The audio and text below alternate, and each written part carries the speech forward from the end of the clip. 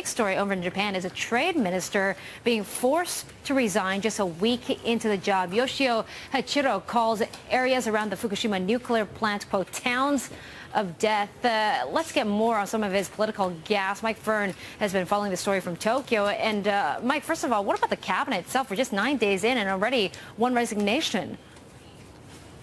Yeah, we had a meeting Sunday of the cabinet to look at what was being done to solve the Fukushima crisis, to help rebuild after the quake. And Yoshihiko Noda, going into that, wanted to present an image of unity. This is a clean slate, a new government focused on the job. Instead, he had to speak to the press and apologise and say, you know, these were inappropriate comments. We're sorry. He's out of the way now. We'll carry on. And then they had a minute's silence at 2:46 for the quake, but it doesn't really help to restore public confidence.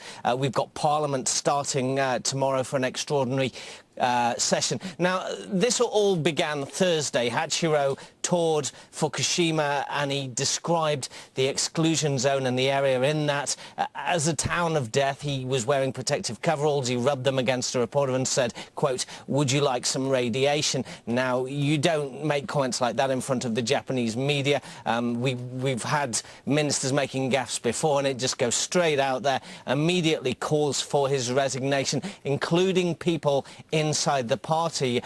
Local media say that Seiji Maehara was calling for Hachiro to step down. He's now in charge of DPJ policy. Ironically, he also stepped down because of a funding scandal. But Noda apologised for the comments. Hosono, who is the minister in charge of the government response to the nuclear crisis, said, "We don't have time for these setbacks." He said he was very disappointed. We do have an acting trade minister now, Osamu Fujimura, who is the chief cabinet secretary, but they are still looking for a permanent replacement.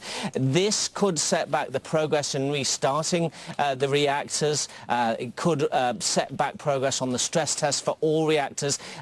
Industry basically saying unless we end this sort of power rationing, unless we get the nuclear plants back online, we may have to move our plants overseas.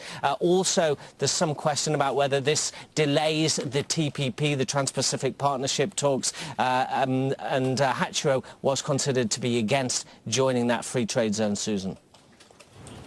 All right, Mike, thank you for that update.